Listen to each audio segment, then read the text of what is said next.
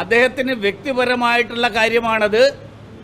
പക്ഷെ ആരാണ് ഇതിൻ്റെ ചെലവ് വഹിക്കുന്നത്? ആരാണ് ഇതിൻ്റെ സ്പോൺസർ? 19 ദിവസം ഒരു മുഖ്യമന്ത്രി കുടുംബത്തെ മുഴുവൻ കൂട്ടിയിട്ട് ഈ ഇന്തോനേഷ്യയിലും സിംഗപ്പൂരിലും ഒക്കെ പോകാനുള്ള ചെലവ് ആര് വഹിക്കുന്നു? സന്തോഷ സൂചകമായി തന്നതിനെ സ്വീകരിച്ച് നാടു കാണാൻ ഞങ്ങളിതാ പോകുന്നു.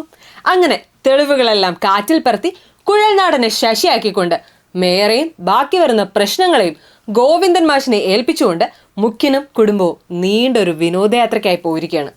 ഇന്തോനേഷ്യ, സിംഗപ്പൂർ, UAE തുടങ്ങിയ രാജ്യങ്ങളിലേക്കാണ് 5 അംഗ സംഘത്തിന്റെ യാത്ര. സംഭവം പേഴ്സണൽ യാത്രയാണെങ്കിലും ഇതിനൊക്കെയുള്ള ഫണ്ട് എവിടെ നിന്ന് വരുന്നു എന്ന് നമ്മുടെ മുരളീധരൻ ചോദിച്ചപ്പോൾ മറു ചോദ്യം ചോദിച്ച് പുച്ഛിച്ച് തള്ളുമായിരുന്നു നമ്മുടെ ബാലൻ സഖാവ്. വിദേശയാത്ര എടുത്ത് നിങ്ങൾക്ക് എന്താ പ്രശ്നം? ഉമ്മൻചാണ്ടി നടത്തിയിട്ടില്ലേ വിദേശയാത്ര? സ്വകാര്യ യാത്ര അദ്ദേഹം നടത്തിയിട്ടില്ലേ? ഉമ്മൻചാണ്ടി KC ജോസഫ് നടത്തിയിട്ടില്ലേ? ആര്യാടൻ നടത്തിയിട്ടില്ലേ? ആരാ നടത്താത്തത്? കേരളം കണ്ട ഏറ്റവും അധികം വിദേശയാത്ര നടത്തിയിട്ടുള്ളത് കോൺഗ്രസിൻ്റെ മന്ത്രിമാരാണ്. ഇവർക്കൊക്കെ വിദേശയാത്ര നടത്താമെങ്കിൽ പിന്നെന്താ പിണറായിക്കായാൽ എന്നാണ് നമ്മുടെ സഖാവിന്റെ ചോദ്യം. കാര്യം എന്തൊക്കെ പറഞ്ഞാലും ഇടതുണ്ടെങ്കിലേ ഇന്ത്യയുള്ളൂ എന്ന് പറഞ്ഞിട്ട് ആ ബംഗാളിൽ പ്രചരണത്തിന് പോകാതെ അങ്ങേര് നാട് കാണാൻ പോയതിന് ഇനി ഞാൻ എന്ത് മറുപടി നൽകുമെന്ന ചിന്തയിലാണ് നമ്മുടെ ഗോവിന്ദ മാഷ്. എന്തായാലും മാസപ്പടി കേസ് കോടതി അങ്ങ് തള്ളിയതോടെ ഇനി കാവിലെ പാട്ട് മത്സരത്തിന് കാണാമെന്ന് കുഴൽനാടനെ വെല്ലുവിളിച്ചുകൊണ്ടാണ് നമ്മുടെ മുഖ്യന്റെ യാത്ര. സത്യത്തിൽ ഈ മാസപ്പടി എന്ന് കേൾക്കുമ്പോഴേ എൻ്റെ കയ്യിൽ തെളിവുണ്ട് എന്ന് പറഞ്ഞ് ഒരു ലോഡ് രേഖകളുമായി നടന്ന നമ്മുടെ മാത്യു കുഴൽനാടനെ തന്നെയാണ് ആദ്യം ഓർമ്മ വരുന്നത്. അവസാനം പവനായി ശവമായി എന്ന് പറഞ്ഞ അവസ്ഥയാണ് പുള്ളിക്കാരന്. കാര്യം കോടതിക്ക് ബോധ്യപ്പെട്ടില്ല, അല്ലെങ്കിൽ കോടതി അത് ഉൾക്കൊണ്ടില്ല, അല്ലെങ്കിൽ കോടതിക്ക് ഞാൻ ഉന്നയിച്ച വാദങ്ങൾ ഉൾക്കൊള്ളാൻ കഴിഞ്ഞില്ല എന്നുള്ളതുകൊണ്ടാണല്ലോ ഇങ്ങനൊരു വിധി വന്നത്.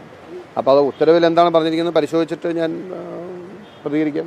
എന്തൊക്കെയായിരുന്നു തെളിവുകളുണ്ട് എല്ലാം സമർപ്പിച്ചിട്ടുണ്ട്. ഒടുവിൽ മാസപ്പടി കേസിൽ മുഖ്യനും മക്കൾക്കുമെതിരെ അന്വേഷണം വേണമെന്ന് കുഴൽനാടന്റെ ഹർജി വിജിലൻസ് കോടതി അങ്ങ് തള്ളി. കോടതി നേരിട്ട് അന്വേഷിക്കണമെന്നായിരുന്നു കുഴൽനാടന്റെ ആവശ്യം. അവസാനം അതും തള്ളിപ്പോയി എന്ന് പറഞ്ഞാൽ മതിയല്ലോ. ആക്ച്വലി എവിടെയാണ് നിങ്ങൾക്ക് പിഴച്ചത്? അല്ല, ഞാൻ പറഞ്ഞ എൻ്റെ കയ്യിലുള്ള തെളിവുകൾ അല്ലെങ്കിൽ ഞാൻ സമർപ്പിച്ചിട്ടുള്ള തെളിവുകൾ അക്കോർഡിംഗ് ടു മീ എന്നെ സംബന്ധിച്ച് that is more than sufficient four A preliminary investigation എന്നുള്ളതാണ് എൻ്റെ വ്യൂ. അതാണ് ഞാൻ കോടതി പറഞ്ഞത്. പക്ഷേ കോടതി എന്തുകൊണ്ടാണ് അത് അപ്രീഷിയേറ്റ് ചെയ്യായിരുന്നത് എന്നുള്ളത് കോടതിയുടെ വ്യൂ എന്താണെന്ന് ഉത്തരവ് വായിച്ചാലേ പറയാൻ പറ്റുള്ളൂ. അതിന് മുമ്പേ അതായത് താങ്കൾ ആദ്യം വിജിലൻസ് അന്വേഷണം വേണമെന്നായിരുന്നു പറഞ്ഞത്, പിന്നീട് കോടതിയുടെ മേൽനോട്ടത്തിൽ അന്വേഷണം വേണമെന്ന നിലപാടിലേക്ക് മാറി. അത്തരത്തിലുള്ള അവ്യക്തത ഇല്ലില്ല. Both doesn't make much difference. കാരണം എന്താ വെച്ച് കഴിഞ്ഞാൽ വിജിലൻസ് അന്വേഷിക്കുമ്പോൾ ഒരു സ്റ്റേറ്റിൻ്റെ ഒരു ഇൻവെസ്റ്റിഗേറ്റിംഗ് ഏജൻസി അന്വേഷിക്കുന്നു.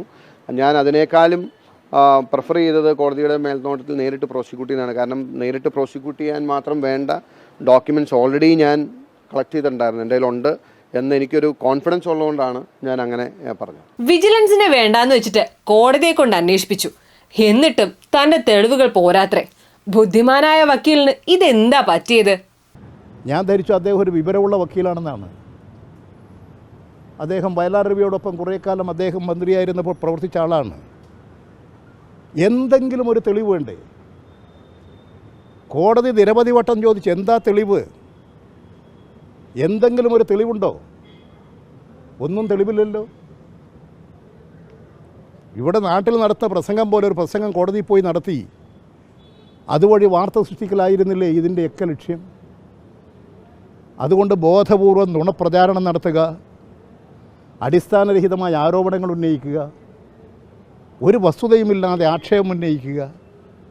ഈ ആക്ഷേപങ്ങൾ ഉന്നയിച്ച് അതെല്ലാം തകർന്നടിയുമ്പോൾ വീണ്ടും എന്തെങ്കിലും ആക്ഷേപങ്ങൾ ഉണ്ടാക്കാൻ കഴിയുമോ എന്ന് നോക്കുക. ഇതൊന്നും ഒരു ശരിയായ രാഷ്ട്രീയ പ്രവർത്തനമല്ല. ഇതാണോ കോൺഗ്രസിന്റെ നിലപാട്? ഒടുവിൽ ഏറെ നിൽക്കുന്ന നമ്മുടെ ജയരാജൻ സഖാവ് വരെ വന്ന് കുഴൽനാടനെ പഞ്ഞിക്കിട്ട അവസ്ഥയിലായി. എന്തായാലും നാട്ടിലെ ചില്ലുപാലം തകർന്നെങ്കിലും ഒരു ചിൽ മൂഡിൽ മുഖ്യനൊപ്പം മരുമകനും കൂടി നാട് കാണാൻ പോയ സ്ഥിതിക്ക് കേരളത്തിലെ ഉഷ്ണതരംഗം ഇനി അങ്ങ് ദുബായിലേക്കായിരിക്കുമെന്നാണ് കേട്ടത്.